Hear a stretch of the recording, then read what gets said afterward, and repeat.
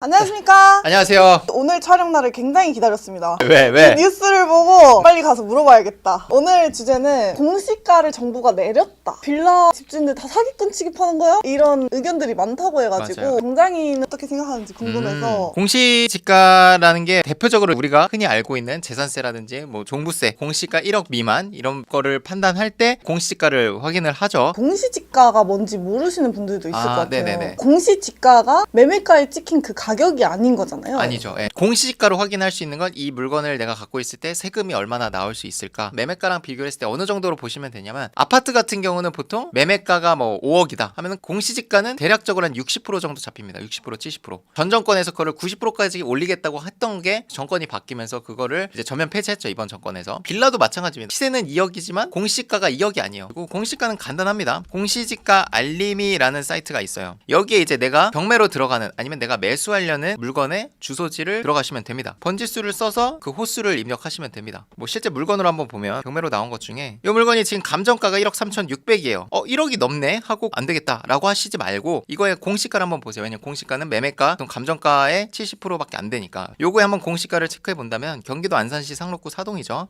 1483, 12 그리고 102호. 공동주택 가격은 7,600만 원밖에 안 됩니다. 감정가는 1억 3,600이고 그게 공시가는 7,600만 원밖에 안 됩니다. 다주택자들이 투자를 해도 취득세 중과가 없는 물건이 되는 겁니다. 공시가라는 것 자체가 기본 베이스는 부동산의 가격이에요. 가격이 올라가면은 어느 정도 그거에 현실 반영을 해서 올라가고 시세가 떨어지면은 같이 떨어지는 건데 KB부동산에서 이제 빌라 가격을 다루지 않기 때문에 아파트 기준으로 볼 건데 주간 시계열이라는 자료를 다운받아 보시면 지역별로 전세나 매매가가 변동이 됐는지 확인을 할 수가 있는데 전체가 지금 음영 처리가 하나도 안 돼 있죠. 보시면은 위쪽으로 가면 예전에 상승 상태는 이렇게 빨간색이었고 한창 가격이 빠질 때는 전체가 이렇게 파란색이었습니다. 그러니까 지금은 갑자기 떨어지던 그 하락기는 어느 정도 지나왔다. 보합기 플러스 약간의 하락기 보시면 될 것 같은데 이런 상황이니까 정부 입장에서도 공시가 자체를 사실 올릴 수는 없는 거예요. 시세가 오르지 않았기 때문에 공시가 자체가 떨어졌는데 이로 인해서 어떤 영향이 있을지 얘기를 나눠보면 좋을 것 같아서 좀 준비를 해왔습니다. 공시지가라는 게 과거 전 정권에서 너무 많이 갑자기 올렸습니다. 공시가율을 단계적으로 엄청나게 빠르게 상승시키겠다라는 거였습니다. 정부에서 세금을 징수하는 그 기준이 또 공시지가가 되거든요. 우리 입장에서 이제 재산세, 종부세죠. 근데 세금을 걷기 위해서 공시가를 올려놓으니까 어떤 현상이 발생을 하냐면 공시가 높아지면 뭐가 또 높아지죠? 보증보험. 그러니까 공시가율이 갑자기 올라가는데 그거에 곱하기 150%가 전세 보증보험 한도예요. 거기에 맞물려서 임대차 3법이 나오게 되면서 전세 매물이 엄청 귀해졌죠. 그러니까 전세 매물은 없어지는데 보증 한도는 계속 올라가. 그럼 집주인들은 당연히 세금이 올라가니까 임차인한테 그걸 전가시킬 수밖에는 없는 거죠. 매물이 귀해지면서 전세가를 올릴 동력이 생겼는데 그 당시에 마침 또 저금리로 인해서 전세 대출도 굉장히 저렴했습니다. 뭐 1%대. 세입자 입장에서도 전세 대출 받아서 높게 들어가도 대출이자가 얼마 안 되니까 5천만 원, 4천만 원 높여주고 그게 내 돈도 아니니까. 게다가 또 보증보험이 된다고 하니 그렇죠. 보증보험이라도 알고 들어가셨던 분은 보증보험에서 보증금을 받고 나오시는데 이제 문제는 그런 지식 없이 부동산 중개업자들이 주변 시세들이 이렇다. 근데 보증보험은 지금 사정상 어렵고 그냥 들어가셔야 된다. 이랬다가 좀 피해를 보신 분들이 많이 계시죠. 공시가가 올라가는 건 세금은 높아지지만 동시에 보증보험 한도 같이 높아지기 때문에 집값보다 높은 전세가를 형성했던 게 그 누구도 이거에 대한 위기의식이 없었던 거예요. 왜냐면 대출 받지만 그 대출 해줘도 보증공사에서 보장을 해주니까 보증공사가 좀 큰일이 난 거죠. 경매로 처리 안 되는 물건들이 너무 많아지게 되니까. 전 정권에서 얘기했던 매매가 수준으로 높이는 거를 멈추겠다라고 했죠. 공시지가 가격 현실화 계획을 전면 폐지할 것. 전 정권에서는 분위기가 어땠냐면 이제 다주택자들을 세금으로 때려 잡아야 된다 이런 거였잖아요. 그러려면 공시가 높으면은 세금이 높아질 수밖에 없거든요. 그래서 첫 번째로 나왔던 게 공시가 현실화 방안이었어요. 공시가가 엄청나게 올라갔었는데 징벌적 과세는 맞지 않다를 없애겠다라고 한 거고 지난 정권에서 이제 5년간 공시가격을 연평균 10%씩 63%까지 올렸다. 보유세가 2배로 증가하면서 집을 가진 임대인이 국가에 이제 월세를 내는 느낌에 그만큼 이제 재산세, 종부세가 이제 커지니까 그래서 그거를 시세의 90%까지 끌어올리겠다고 했었는데 너무 과하다라고 했고 집주인한테만 영향을 주는 게 아니라 집주인의 집에서 들어와서 살고 있는 임차인한테 피해가 전가가 되고 공시가가 높아짐에 따라서 아까 말씀드렸던 보증보험의 한도가 높아지면서 전세가를 또 같이 올리는 기폭제 역할을 같이 했었죠.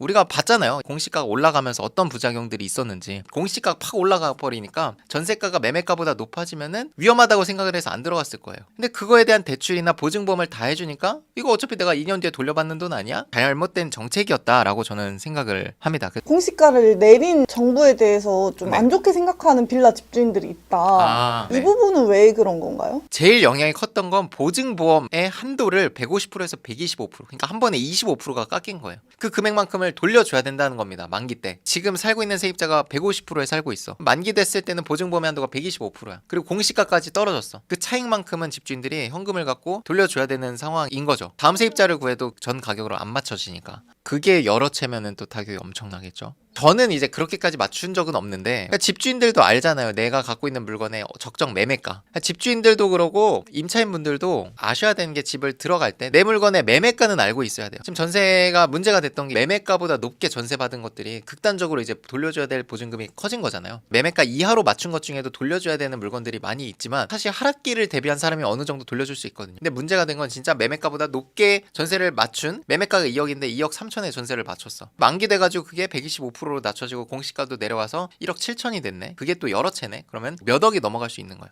적정 매매가를 알고 그 이상으로 전세를 받지 말라는 거예요. 집주인이든 세입자든 현혹이 되는 거지. 그러니까 집주인들도 당장 이거를 풀로 전세를 맞추면 현금으로 그냥 그 1,000만 원이 더 꽂혀버리니까, 투자는 장기적으로 생각을 해야 되고, 당장 현금은 받지만 이게 2년이 지났을 때, 3년이 지났을 때 갑자기 돌려줘야 될 수도 있거든요. 적정 매매가 수준을 알고 너무 과도하게 넘지 않게 내 자산에 대한 리스크 관리도 되지 않을까. 왜냐면 내가 1, 2년 투자하고 말 게 아니잖아요. 다음 세입자, 다다음 세입자도 안정적으로 운용을 하려면 과도하게 맞춰버리면 다음 세입자 맞출 때가 너무 위험해집니다. 전세를 받다가 못 돌려주면 그게 또 경매 나오는 거 아닌가요? 그렇죠. 지금 그래서 경매로 많이 나오는 것들이잖아요. 그런 것들이.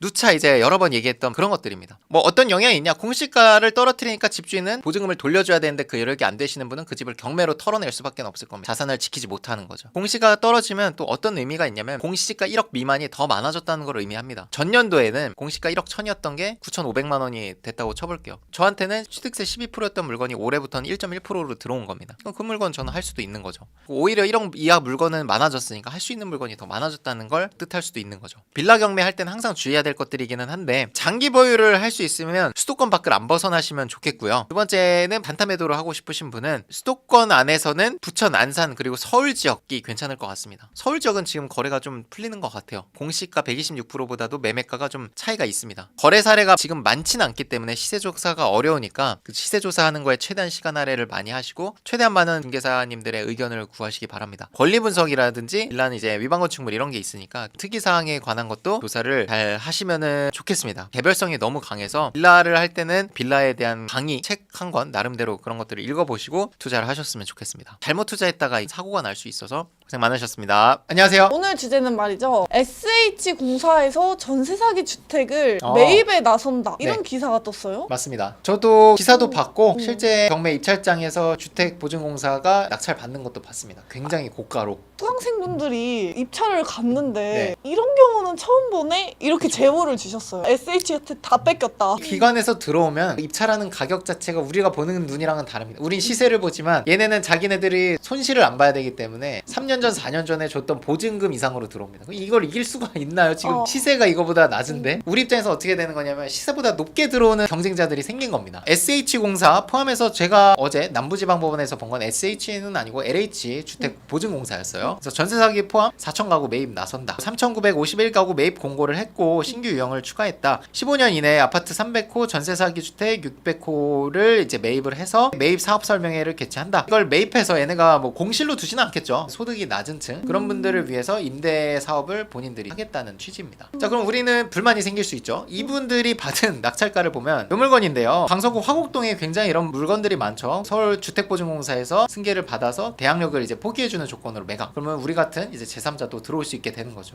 2019년도에 잡힌 전세가 2억 900. 이게 굉장히 높은 금액이기 때문에 현재 시세랑은 맞지 않거든요. 현재 시세보다 높습니다. 근데 대항력이 포기되는 순간 우리 1억 8천을 쓰든 1억 7천을 쓰든 할 수 있죠. 문제는 뭐냐면, 얘네가 대항력을 포기해줬지만 얘네가 봤을 때 이 물건에 대해서 미래 가치가 있고 가격이 지금 충분히 빠져있고 올라갈 거라고 판단이 되면 자기네들끼리 자체적으로 입찰을 참여할 수가 있습니다. 그 금액은 우리처럼 제3자가 들어갈 때는 시세를 보고 들어가지만 얘네들은 시세가 중요한 게 아니죠. 이 2억 900이라는 거 이상으로 들어가게 됩니다. 여기서 손절치기는 너무 배가 아프다. 보니까 그 보증금만큼 그쵸. 입찰을 해서 나중에는 이거보다는 더 받기 때문에 맞죠. 지금은 채권자잖아요. 근데 이거를 이제 채권자가 아니라 소유자로 가져오는 거죠, 아예. 마치 전세 사기 피해자가 본인이 그쵸, 낙찰받는 형국이랑 비슷한 같은 거거든요. 거라고 보시면 돼요. 그걸 가지고 이제 임대를 주면서 거기서 또 수익이 발생을 하겠죠. 이거는 개인이 아니기 때문에 기관이기 때문에 우리보다 더 장기적으로 갖고 갈 수 있을 겁니다. 주택보증공사는 임대주택을 하는 일이에요. 그 목적성에도 사실 부합하는 거죠. 이걸 자기네들이 소유해서 대항력이 포기됐으니까 낙찰이 싸게 되면 싸게 될수록 손실이 커지는 거죠. 그 손실을 지금 보느니 이걸 그냥 갖고 가면서 임대를 주면서 월세든 뭐든 받아서 만회를 하겠다라는 겁니다. 이거를 아무거나 하는 건 아니고요. 이 대항력 포기 물건 그걸 다 하는 게 아니라 그 중에서도 좀 메리트가 있어 보이는 물건으로 추려서 입찰에 참여하는 거죠. 근데 그 기준이 네. 저희가 알 수 있나요? 다세대 주택 입찰을 하려고 하는데 주택도시공사에서 들어오면 내가 이길 수 없잖아. 미리 좀 거를 수가 있는 건지. 그걸 미리 알 수 있으면 너무 좋겠죠. 그걸 알 수 있다면은 사실 이런 물건을 또 제껴야겠죠. 사실 이렇게 얘네가 입찰하기 시작한 게 저도 처음 봤어요. 이게 사실 법령으로 정해져 있기도 해요. 법무사님께 여쭤봤더니 전세사기 피해자 특별법이 제정이 됐죠, 올해. 거기에 뭐라고 돼 있냐면 25조 2항 3항을 보시면 경매 취득한 다음에 재임대하는 방식으로 세월을 보내는 방식이 손실이 적다면 본인들이 입찰해서 들어오겠다라고 하는 겁니다. 부동산이 이제 떨어질 만큼 떨어졌다라고 자체적으로 판단이 된다면 매수를 해서 임대를 주고 시간이 지나면서 또 시세가 오를 수 있겠죠. 내가 지금 손실 볼 거를 나중으로 미루거나 나중에 올라가는 걸 통해서 손실을 이제 없애는 거죠. 매수 신청을 아무거나 하는 건 아니고 미래 가치가 있는 거란다. 근데 미래 가치가 어떤 게 있냐? 집값이 어디가 오르냐라는 거랑 사실 일맥상통합니다. 지금 이 물건도 보면은 전용 면적이 8평이라서 크진 않은데 입지 자체가 도보로 화곡역까지 진입이 가능한 물건이에요. 나름대로 점수를 매기지 않을까 생각을 해요. 부산시 주택도시보증공사라고 나오네요. 그렇게 나와요? 아, 부산시가 붙어 있구나. 음. 내부적으로 정하겠죠. 부산시도 하고 경기 남부도 한다라고 했을 때 누가 할 건지. 둘이 경쟁하진 않을 거니까 입찰 경쟁을 붙진 않을 거니까 그걸 정해가지고 아마 입찰을 할 겁니다. 이런 물건에 입찰하는 우리 같은 이제 경매인들이 어떤 영향을 받을 수 있을 것인가. 입찰 경쟁이 심해졌다고 할 수 있죠. 뭐 이런 기관에서도 손실을 만회하고자 여러 가지 돌파구를 찾는 거고 그 중에 하나가 이렇게 입찰에 참여하는 거. 아, 이제 가격이 여기서 더 빠지진 않겠다. 그걸 뭘 보고 생각하냐면 공시가 126% 된 지가 지금 벌써 반년이 훌쩍 넘었거든요. 그 전부터 내렸을 때는 거의 한 달 간격으로 이걸 계속 깎았어요. 근데 126%에서는 지금 더 안 깎고 있거든요. 그런 걸 봐서도 공시지가를 더 낮춰서는 뭐 LH라든지 이런 기관에서도 채무 변제가 안 되는 그런 물건들이 더 많이 나올 거잖아요. 역전세가 나는 거니까 또 그런 거에 대한 피해라든지 이런 걸 생각했을 때 국가에서도 이걸 더 낮추기는 이제 부담스러울 겁니다. 이거보다 더 낮아질 기미는 안 보이고 부동산 가격이라는 것도 아파트를 중심으로 좀 꿈틀꿈틀거림 조금 시작됐고 요게 시간차를 두고 결국 대체제인 빌라에 영향을 주겠죠. 빌라 공급도 안 되고 있으니까 수도권. 부산에서 왜 서울시로 와서 했겠어요? 부산시에도 사실 물건들이 있는데 수도권 쪽에 그런 피해받는 물건들이지만 장기적으로는 또 오를 여지가 보이기 때문에 어제였는데 사람이 엄청 많았어요. 대부분 다 이제 빌라 보증금 포기 물건에 뭐 20명 막 15명 이렇게 들어가더라고요. 확실히 이제 서울 쪽은 빌라여도 대항력이 포기돼서 권리분석이 깨끗해졌다. 많이 관심을 갖는 것 같습니다. 빡센 경쟁자가 생겼네요. 그들이 들어오면은 폐찰하는 수밖에 없어요. 대항력 있는 임차인 물건처럼 들어올 거니까. 근데 이제 이 기관이 모든 물건에 또 입찰하는 건 아니니까 열심히 하는 수밖에 없겠죠. 10번 할 거 12번 하면 되죠. 끝! 고생하셨습니다. 이범주 법무사님과 얘기를 나누려고 모셨습니다. 간단하게 인사 한번 부탁드리겠습니다. 네, 안녕하세요. 이범주 법무사라고 합니다. 저희가 오늘 보려고 하는 기사는 이제 서울 빌라 전세가 다시 꿈틀 정부 공시지가 통상 얘기하는 126% 이거를 좀 바꾸려고 한다라는 기사 제목이고 두 번째 기사가 아파트 가격 상승 공급 부족으로 인해서 전세가가 올라가고 있고 그거와 연관돼서 이제 매매가도 같이 좀 최근에는 또 올라가고 있는 것 같습니다. 그래서 이게 문제가 되는 게 전세 반환 보증 아파트가 아니라 빌라는 126%에 맞춰져 있는데 이게 또 문제가 되는 것 같습니다. 3년 전 4년 전만 해도 보통 빌라에 보증보험을 가입한다라고 하면 1차적으로는 감정가도 인정을 해줬었고 이건 사실 문제죠. 그래서 이거는 없어지는 게 맞다고 보는데 이거 대신 볼 수 있는 게 공시가에 180%까지 봤었어요. 과거에는 그거를 이제 156% 뭐 150% 이렇게 낮추다가 단기간에 그거를 굉장히 많이 낮췄죠. 이 다음부터 낮추지는 않았습니다. 전세가가 너무 올라가는 걸 강제적으로 낮추려고 한 건데 시간이 지났을 때는 굉장히 많은 부작용들을 발생시키고 있는 것 같아요. 법무사님이 또 전세사기 피해 대책위원회로도 활동하고 계시고 잘 아실 것 같아요. 어떤 문제점들이 있었을까요? 기본적으로 126%에 맞추다 보니까 임대인의 입장에서는 150% 정도에 맞춰졌을 때보다 반환해야 되는 금액이 최소한 3천만 원에서 많게는 억 단위까지 되다 보니까 일시적으로 보증금에 대해서 반환을 못하다 보니까 시장의 흐름에 따라서 본의 아니게 가해자가 되시는 분들도 꽤 많은 현상도 나타나고 임대인과 임차인의 둘 다 서로 이제 못 믿는 현상이 좀 많이 나타나는 것 같습니다. 제가 봤을 때는 이 보증보험 126%가 현실을 전혀 반영을 하진 못하는 것 같아요. 왜냐면 지금도 사실 전세 시세가 원래 더 위에 있어야 되는, 특히 서울 핵심부에 있는 데는 공급이 지금 안 되고 있다 보니까 아파트나 이런 거는 전세가가 계속 올라가고 있지만, 빌라도 사실 그거에 맞춰서 올라가줘야 경매로 나오는 것도 좀 막을 수 있고 역전세 나는 것도 막을 수 있는 건데, 계속 126%에 매여 있고 공시가도 내려가다 보니까 이게 문제가 되는 것 같습니다. 갑자기 정부가 126%를 갑자기 건드는 거는 분명히 좀 이유가 있을 거라고 생각을 하거든요. 법무사님 생각은 어떠신지 좀 궁금합니다. 이 부분에 대해서는 필연적으로 올릴 수밖에 없는 상황이에요. 시장을 좀 눈치를 보면서 기다리고 있을 때 뿐이지. 왜냐하면 일단 기본적으로 저희 대한민국은 면적이 작기 때문에 토지 부분이 제한적이고, 서울은 특히나 아파트라든지 주택을 지을 만한 땅이 없어요. 땅이 없다는 소리는 뭐냐면 서울시장에 대한 주택 공급은 재건축 재개발로밖에 이루어질 수밖에 없는 상황인데, 지금 건설 경기가 너무 안 좋다 보니까 건설도 안 하고 있고, 주택을 공급하기 위해서 3년에서 5년 이상은 충분한 기간이 필요한데, 지금 안 하게 되면 결론은 2, 3년 전 이후에는 전세 대란이 주택 대란이 올 수밖에 없는 상황인데, 이 부분에서 어떻게 해결할까 고민하다가 이제 정치권에서는 아무래도 차선책으로 일반인들 전설할 수 있는 빌라 부분에 대해서도 현실화를 좀 만들어야 되겠다 생각을 하지 않았나, 그런 생각을 좀 갖고 있습니다. 항상 빌라나 오피스텔은 아파트의 대체 상품이었잖아요. 적절히 서로 상호 보완이 돼야지 이게 가는 건데, 이런 식으로 이제 강제적으로 묶어놨으니까 지금 굉장히 많은 이제 부작용들이 발생하고 있고, 경매로 나오는 빌라 물건들도 마찬가지고요. 현 시세가 사실은 뭐 전세 그 보증보험 한도가 전세 시세라고 고정 인식이 박혀 있는 바람에, 이거를 올리지 않는다라면 뭐 전세 보증금을 받을 님들이 과연 얼마나 있을까? 다 월세로 할 네, 거고, 거의 반전세 가능성이 좀 반전세로 높기 하고. 때문에, 이렇게 되면 들어가는 임차인도 부담이고 임대인도 부담되기 때문에 필연적으로 품질을 할 거라 생각을 했었습니다. 결국은 시장 원리에 따라서 맡겨야지 효율적으로 움직인다고 생각을 하거든요. 서울 지역도 지금 이미 인기가 많은 데는 제가 알기로는 126% 보증금으로 해서 그거에 이상 받는 그 금액을 월세로 환산해서, 예를 들면 126%가 1억이면 1억의 보증금에 나머지 금액에 대해서 월세로 받고 이렇게 하고 있거든요. 보증보험을 받아야 되니까 일단은 보증금 그 이상을 걸 수는 없고, 그런 식으로도 하고 있는데 부작용들이 발생을 하는 거죠. 2주 전에 이제 기자분한테 전화가 와가지고 네. 이 부분에 대해서 물어보더라고요. 그래서 전 정부 시대 때는 공시지가가 계속 올라가고 실거래가의 90% 맞추는 한다고 했기 때문에 이 부분은 상관이 없겠지만, 지금은 공시지가의 65, 이 정도 그렇죠. 퍼센트에 맞춰놓은 상태에서 126% 적용하게 되면 실질적으로 임대인 입장에서 그 금액의 전세 보증금을 내고 임대할 가능성이 많이 없기 때문에 일정한 부분을 올려주는 건 맞다고 생각을 한다. 다만 또 다른 피해자가 양성할 수 있는 깡통 정세 같은 게 나올 수 있기 때문에, 이 부분에 대해서는 정부나 다 제3자 기관에서 전세 보증금을 받아서 뭐 예치하는 제도라든지 다른 방법을 좀 강구해보는 게 낫지 않을까라고 저희 의견을 좀 드렸던 기억이 납니다. 이게 진짜 어쩔 수가 없는 거예요. 왜냐면 현금 유동성은 계속 많아지고 있고, 현금을 찍어내고 인건비 올라가고 있고 자재값 올라가고 있고 한데, 기존에 있는 빌라 값을 묶어둔다라는 건 사실 시장 원리와 전혀 맞지 않다고 생각을 하거든요.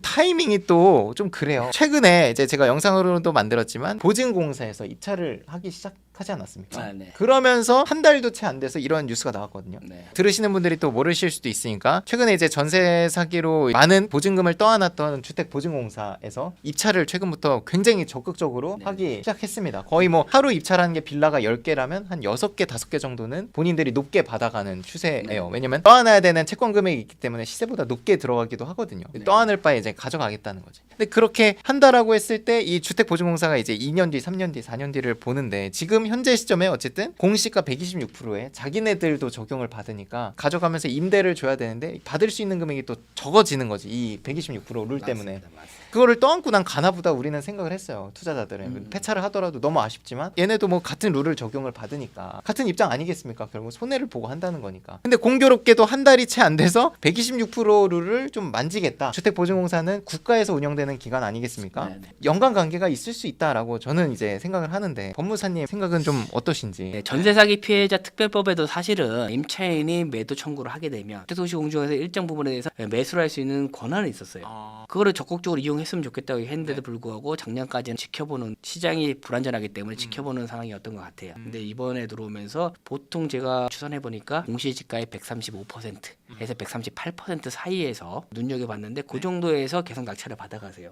그 집도 임대하기 편하고, 투자자들이 하는 것처럼 그분들도 외부적인 사람들한테 전문기관에 맡겨서 앞으로 미래 가치가 있는 부분에 대해서만 적극적으로 매수를 하고 있는 걸 좀 확인했어요. 받아서 자산으로 좀 남겨주고, 그거를 또 공익이라는 목적 안에 재임대를 해버리면 공익도 살리면서 손해 부분도 일정 부분에 대해서 다시 해소할 수 있는 부분이 있기 때문에 하는데, 공교롭게도 제 개인적인 생각은 아마 검토를 한다라면 주택도시공사가 입찰 들어간 135에서 138% 사이로 제가 그 말을 하려고 그랬어요. 그 퍼센트도 딱 그 정도에 나오면 이거는 100%다라고 할 수 그 있을 것 같아요. 정도로 아마 가능하지 않을까라고 좀 추측은 해봅니다. 묶인 돈은 최소한 없게 하지 않을까. 기왕 하는 김 만지는 김에 명목이 있으니까 저소득 국민에게 이제 임대를 한다는 목적이잖아요. 이걸 받아서. 취약계층이나 저소득층한테 하기 때문에 정부에서도 충분히 검토할 만하지 않을까. 아까 말씀하신 대로 적극적으로 움직이니까 뒷받침하기 위해서 각종 언론에서 손질을 검토하고 있다. 다 아다리가 맞는 거예요. 이런 상황도 그렇고 지금 어쨌든 아파트 전세 그리고 매매가 다 오르고 있으니까 또 이제 소득이 안 되시는 분들 아파트 입주가 안 되시잖아요. 그런 분들을 받기 위해서 또 이거를 같이 검토를 하고 있다. 뭔가가 있어야지 얘네들도 정책을 끌고 가기 편할 거잖아요. 갑자기 뜬금없이 작년에 이 얘기를 또 했더라면 네. 미친 거 아니냐, 전세 사기 피해자인데 이런 생각 많이 올 텐데 지금은 아까 말한 대로 전세가가 계속 올라와 주고 공익이란 목적도 있고 일정 부분에서 정부랑 뭐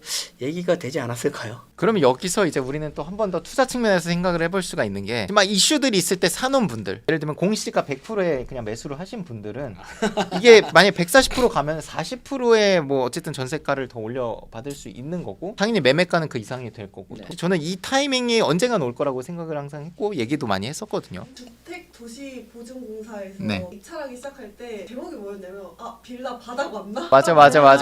그 보수적인 단체가 네. 기관이 움직였다는 건 판단을 한 거겠죠. 이슈가 있고 가격이 쌀 때 사놔야 이것들을 다 받을 수 있는 거거든요. 혜택을. 그쵸. 이제 하려고 하면 이제 135% 되면 이제 더 올려 쓰겠죠. 입찰할 때. 전세가를 고려를 하니까. 여기 기사 보면은 126%를 올릴 수도 있고 감정가를 다시 이제 도입을 하겠다라는 얘기도 있거든요. 예전에도 원래 감정가를 같이 보기도 했었잖아요. 네, 근데 네. 그 부작용이 너무 컸죠. 감정평가 기관들이 막 너무 과도하게 높게 잡아버리니까. 빌라라는 게 실거래가를 추산하기가 쉽지가 않은 상황이다 보니까 제3기관이 감정평가단에 맡겼을 때는 과거 일을 갖고 끌어쓰는 경우도 많기 때문에 네. 주택도시보증공사가 하는 보증 한도가 일정하지 않을 가능성이 높기 때문에 사실은 조심스러운 부분이 있어요. 감정평가를 도입하진 않을 것 같고 그냥 126%를 좀 올려줄 것 같아요. 아파트나 이런 부분은 뭐 감정가는 추산하기가 편한데 빌라나 이런 부분 다가구 같은 경우는 감정가 대비해서 보증 부분을 해줬다가는 시장에 또 흘릴 수 있는 네. 그런 부분이 충분히 나올 수 있기 때문에 매매가보다 높게 전세를 맞추고 또. 그러면 법무사님이 보시기에 전세에 대한 공포심이 만연해 있고 근데 실제로 제가 전세에 내놓으면 금방 거래가 되기도 해요. 공시가 비율을 126%에서 뭐 140%로 올린다. 좀 좋은 조치가 될 수 있을까요? 지금 아직까지 포비아에서 벗어난 상태가 아니기 때문에 시간은 필요할 것 같아요. 126에서 갑자기 140 한다 그래서 예전에 사람들이 부동산 투자하시는 분들이나 피해자들도 가장 일괄적으로 말씀하시는 게 정부의 정책이 일괄적이지 않다. 이렇게 내놓다가 또 갑자기 2, 3년 뒤에 또 120 몇 % 또 떨어지면 어때? 2, 3년은 지켜보시는 경우가 있긴 있더라고요. 그럼에도 불구하고 어쨌든 좀 올려준다라면 투자자 입장에서는 입자가 산정할 때 보통 공시가격의 126%를 잡고 들어갔는데 140%까지 올려준다라면 투자자 입장에서는 좀 더 올라가는 효과가 생길 테고 강제적으로 셀프 낙찰 받는 피해자 입장에서는 피해 금액을 좀 확보할 수 있는 방안이 있다 보니까 도움은 될 거라고 생각합니다. 그리고 기존 집주인도 보증보험이 안 되던 금액이었는데 되는 범위까지 올 수도 있는 거니까 재계약이 될 수도 있는 거 보증보험을 해주니까 좋은 효과가 충분히 있을 것 같아요. 경매에 나올 것도 덜 나올 수도 있는 거고 기사를 보면서 말씀을 드렸지만 이 기사는 아직 확정된 내용이 아닙니다. 몇 프로로 올릴지 안 올릴 수도 혹시 있는 거예요. 반발이 심하다 뭐 이러면은 입찰하거나 투자하실 때 비율이 정해진 다음에 투자를 하시거나 그 전에 하겠다라고 하면 기존 걸로 생각을 해서 입찰하시는 게 가장 안정적인 거지 않나 생각을 합니다. 고생 많으셨습니다. 고맙습니다. 네.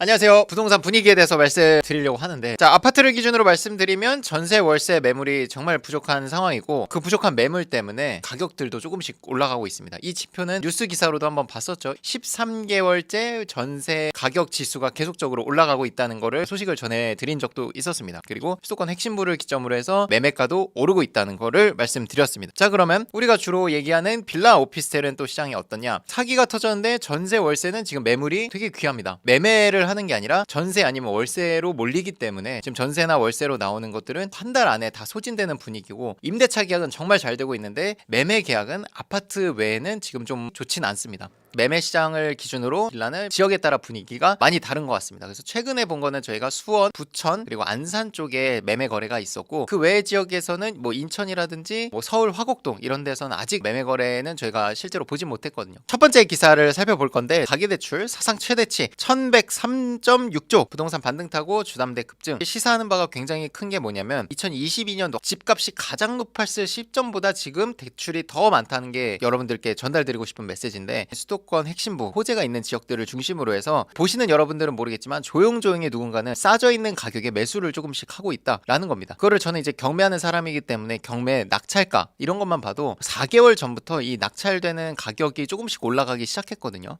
그런 걸 봐서도 지금 빌라나 오피스텔이 아니라 아파트는 적어도 가격이 빠질 만큼 충분히 빠졌다. 내가 2년 뒤 4년 뒤를 봤을 때는 지금 가격보다는 좀 올라 있을 것 같다라는 거에 많이 베팅을 하시는 것 같습니다. 대출을 받아서 이렇게 부동산을 많이 사시는 것 같고, 이 지표를 보면 가계대출이 22년도 23년도 마이너스를 찍다가 24년도 1월에서 4월 이때는 갑자기 플러스로 돌아섰죠. 은행 가계대출이. 그러면서 이제 8.6 그러다가 4월에 5.1이라는 굉장히 높은 수치를 찍었죠. 그 다음 기사를 한번 보면 제가 아까 말씀드린 부분입니다. 서울 경매 아파트 낙찰가율, 전세값 상승세, 집값 선행지표 꿈틀. 여러 번 영상에서 말씀드렸어요. 이런 기사가 나왔다는 거는 이미 이렇게 된 지 한참이 지났다는 거예요. 4개월 이상은 이미 지났고 기사가 나오는 시점에는 투자자들은 이미 매수를 다 했을 겁니다. 낙찰가율이 1년 8개월 만에 처음으로 90% 선을 돌파했다. 감정가가 뭐 3억이면 90% 이상인 뭐 2억 7천 이상으로 평균적으로 낙찰이 되더라 라는 겁니다. 경매 지표로 삼는 이제 감정가가 보통 6개월에서 1년 전에 잡히는데 6개월 1년 전의 가격의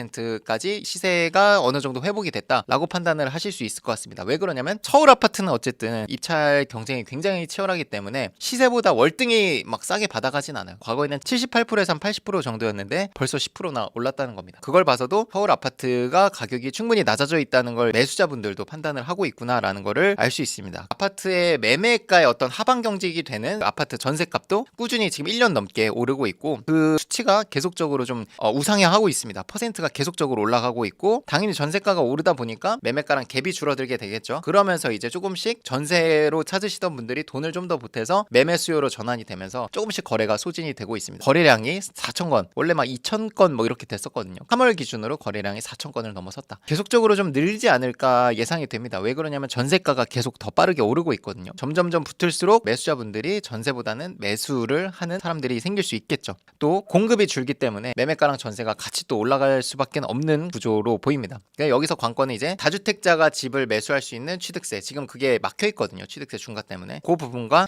대출 받아서 집을 사는데 그 대출 금리가 좀 부담스러워서 못 사시는 분들, 이 두 가지 중에 하나라도 해결이 되면 더 빨리 이제 거래량이 늘 걸로 판단이 됩니다. 특히나 취득세. 침체 시장에서 항상 시장을 활성화시키는 거는 다주택자였거든요. 근데 그 다주택자가 지금 움직이지 못하는 건 취득세 12% 때문에 그 완화가 되는 시점에 거래량이 좀 빠르게 늘 것 같다. 지금 투자자들이 집값이 싸다는 거를 다 알고 있어요. 근데 취득세 때문에 매수를 못하는 부분들.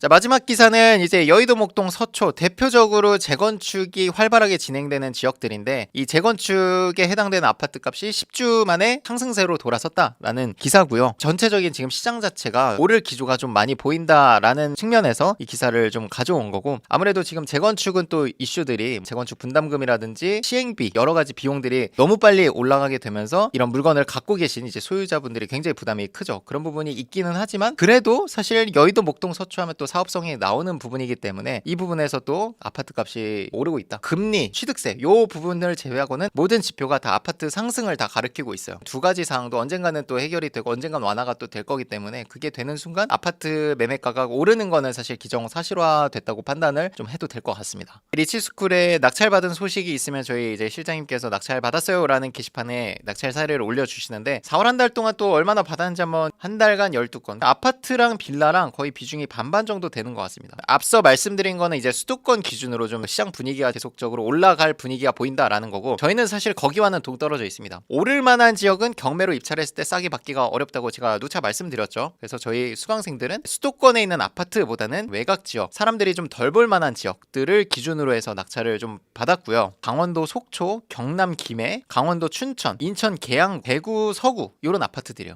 가격이 오른다는 지역은 전혀 없어요. 그 지역들은 입찰해서도 우리가 원하는 수익률을 받을 수가 없거든요. 그래서 그 외적인 지역, 예를 들면 이런 거예요. 강원도 춘천에 있는 아파트를 낙찰 받았습니다. 저한테 겐톡을 보냈어요. 부가세에 대해서. 본인은 어떤 전략을 갈 거냐, 특수 물건이 아니라 오히려 부가세 내는 아파트, 대형 평수 아파트를 단타 매도로 노려서 부가세 계산해서 그거보다 더 차익을 크게 가져가서 꾸준히 대형 평수만 입찰을 할 거다. 굉장히 좋은 전략이라고 저는 평가를 했거든요. 보통 부가세가 나온다 그러면 그 부가세 나오는 게 부담스러워서 그냥 입찰을 안 해버리거든요. 근데 이분은 거기서 틈새를 찾은 거죠. 부가세 내는 거를 계산해서 노려가지고 입찰 경쟁이 적으니까 더 싸게 받을 수 있겠다 생각이 들어서 입찰을 하신 거고, 이분이 받은 걸 한번 보세요. 이게 감정가가 3억 3,100짜리예요. 그게 지금 2억 3천까지 떨어졌는데 우리 교육생분이 2억 6,300에 썼습니다. 권리 분석 전혀 문제 없는데 입찰 경쟁이 4명밖에 안 됐어요. 이게 만약에 앞서 말씀드린 재건축 서울 지역 가격 꿈틀거리고 있는 지역이었으면 한 20명 이상 무조건 들어오거든요. 근데 강원도 춘천 퇴계동 수도권은 아니니까 관심이 좀 덜하고, 심지어는 대형 평수, 여기가 평수가 전용 면적으로 97제곱이거든요. 8사가 넘죠. 부가세가 나오는 이제 대형 평수인데 그걸 계산해서 들어가신 거고, 여기의 시세는 얼마냐면 3억 4천. 이 3억 4천이 터무니없는 게 아니라 제일 싸게 나온 거 기준으로 3억 4천이에요.